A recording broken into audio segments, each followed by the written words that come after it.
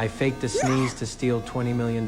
First, I pretended to be allergic to the air in this place. Then I demanded to be quarantined. This effectively drew the security guards away. Lula seized the moment and removed her hairpin. She placed it on her shoulder for Jack to grab. Jack smoothly crawled under the machine. He used the specially made hairpin to unscrew the equipment. The protective cover opened easily. He carefully removed the multi-million-dollar data chip. Then he stuck it to the back of a playing card. After finishing everything, he restored the isolation panel, then calmly returned to the scene. But we didn't expect this. The bank manager still noticed something was off, so he decided to search all of us. Jack used his skilled sleight of hand. He kept the playing card in the security's blind spot at all times. Just as the guard crouched down to search his legs, he flicked the card up and caught it with his mouth, then quickly trapped it naturally with his arm. After the security finished searching him, they never realized the chip was in the man's hand the whole time. He quickly tossed the card toward his teammate. When Daniel smoothly caught it, he slid the card up his sleeve, then raised his arm, letting the card slide down his arm into his shirt. He used his muscle contractions to control the card's position. This way, he could effectively avoid the security's detection. When it was Lula's turn, Daniel quickly relaxed his tense muscle. The card slid down his thigh. Lula pretended to walk by. She stuck the card to the bottom of her shoe, then pretended to trip and fall onto the security guard. She lifted her back foot and grabbed the card. She just wanted to quickly pass the card to her teammates, but we all refused to take it.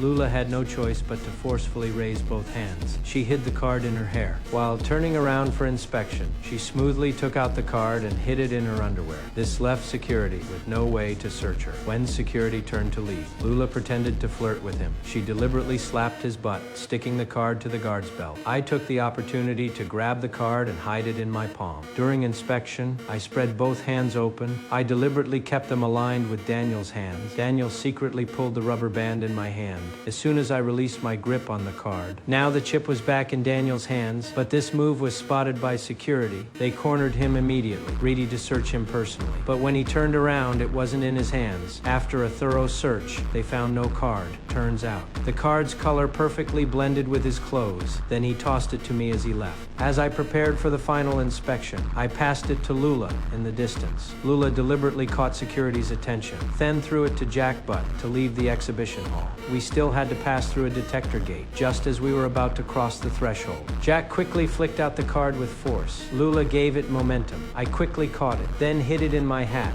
When I reached the threshold, I casually took off my hat, smoothly removing the card inside. Just when we couldn't figure out how to get it out, Jack quickly asked for his wallet that was confiscated earlier. I instantly understood what Jack meant. After getting ready, as security returned the wallet, Daniel deliberately made noise with his belt to draw attention. I seized the moment and threw the card. Just as the wallet triggered the alarm, security thought it was just the wallet setting off the alarm. They had no idea that a chip worth tens of millions had just been smuggled out like that.